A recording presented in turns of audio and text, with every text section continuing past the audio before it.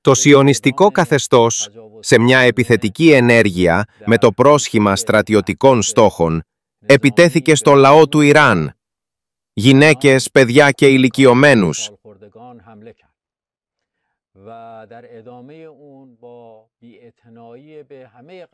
Στη συνέχεια, αγνοώντας όλους τους διεθνώς αναγνωρισμένους νόμους και συνεχίζοντας τις δολοφονίες περίπου 300 δημοσιογράφων στη Γάζα και τον Λίβανο, εξαπέλυσε άγρια επίθεση ενάντια στα μέσα ενημέρωσης και στην εθνική ραδιοτηλεόραση της Ισλαμικής Δημοκρατίας του Ιράν με σκοπό να σιγήσει τη φωνή της αλήθειας.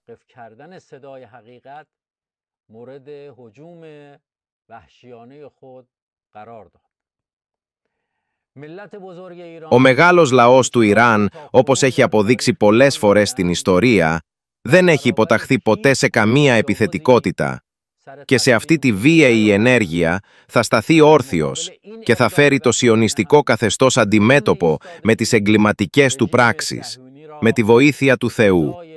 Η θυσία των συμπολιτών μας, των επιστημόνων και των στρατιωτικών διοικητών θα ενισχύσει σίγουρα την αποφασιστικότητα για να πραγματοποιηθεί η εντολή για παραδειγματική τιμωρία.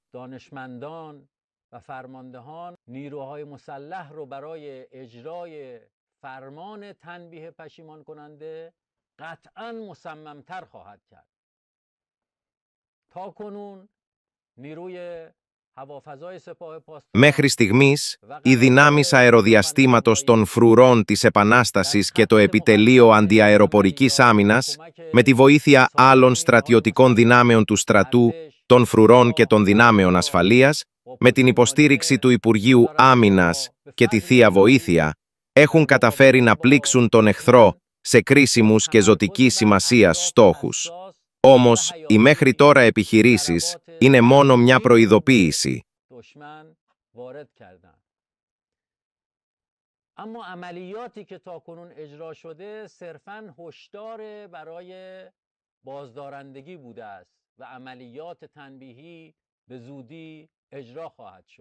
Η κύρια τιμωρητική επιχείρηση θα εκτελεστεί σύντομα.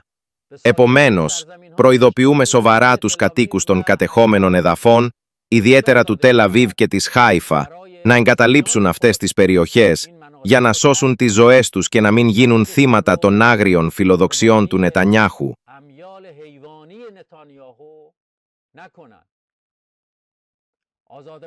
Οι ελεύθεροι λαοί του κόσμου να είναι βέβαιοι πως ο μεγάλος λαός του Ιράν, με μπροστάρι τις ένοπλες δυνάμεις του, θα πάρει εκδίκηση για το αίμα των μαρτύρων, με τη βοήθεια του παντοδύναμου Θεού.